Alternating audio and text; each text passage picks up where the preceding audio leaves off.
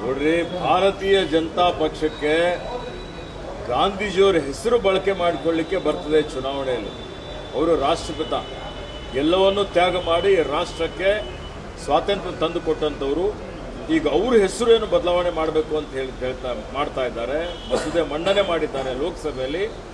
ಅದರ ಜೊತೆಯಲ್ಲಿ ಉದ್ಯೋಗ ಖಾತ್ರಿ ಯೋಜನೆ ಏನು ಇವತ್ತು ಮಹಾತ್ಮ ಗಾಂಧಿಯವರ ಕನಸಿತ್ತು, ಇವತ್ತು ಸಮಾಜದಲ್ಲಿರುವಂಥ ಕಡೆ ವ್ಯಕ್ತಿಗೂ ಆದ್ಯತೆ ಕೊಡಬೇಕು ಅಂತೇಳಿ, ಹೀಗಾಗಿ UPA ಸರ್ಕಾರ 100 ದಿವಸ ಕೂಲಿ ಕೊಡಬೇಕು ಅಂತೇಳಿ ಹೇಳಿ ಇವತ್ತು ಕೇಂದ್ರ ಸರ್ಕಾರದ ವತಿಯಿಂದಲೇ 90% ಹಣ ಬಿಡುಗಡೆ ಮಾಡುವಂಥದ್ದು ಕೇಂದ್ರೀಕೃತ ಮಾಡಿ ರಾಜ್ಯದ ಮೇಲೆ 40% ಹೊರೆ ಹಾಕಿ ರಾಜ್ಯದ ಸಂಪತ್ತೆಲ್ಲವನ್ನೂ ಕೇಂದ್ರೀಕರಿಸಿ ಕೇಂದ್ರಕ್ಕೆ ತೆಗೆದುಕೊಂಡು ಹೋಗಿ ಇವತ್ತು ರಾಜ್ಯಗಳಿಗೆ ದಿವಾಳಿ ಮಾಡುವಂಥ ಕೆಲಸ ಮತ್ತು ಮಹಾತ್ಮ ಗಾಂಧೀಜಿಯವರ ಇವತ್ತು ಹೆಸರನ್ನೇ ಇವತ್ತು ಅಳಿಸಿ ಹಾಕಬೇಕು ಅನ್ನುವಂಥದ್ದು ಹುನ್ನಾರ ಏನು ಭಾರತೀಯ ಜನತಾ ಪಕ್ಷ ಮಾಡ್ತಾ ಇದೆ, ಅತ್ಯಂತ ಖಂಡನೀಯಾಗಿದೆ.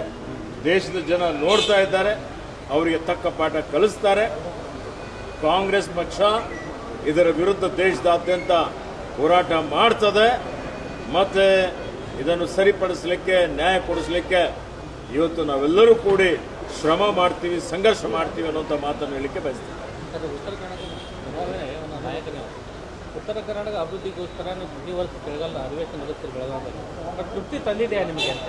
ನೋಡಿ, ಉತ್ತರ ಕರ್ನಾಟಕದ ಸಮಸ್ಯೆಗಳಿದ್ದಾವೆ, ಅನೇಕ ಸವಾಲುಗಳಿದ್ದಾವೆ ನಮ್ಮ ಎದುರುಗಡೆ. ಇವತ್ತು ನಾವು ರೈತರ ಸಮಸ್ಯೆ ಬಗೆಹರಿಸಲಿಕ್ಕೆ ನಾವು ಕಬ್ಬಿನ ಬೆಲೆ ನಿಗದಿ ಮಾಡಿಕೊಟ್ಟಿದ್ದೇವೆ.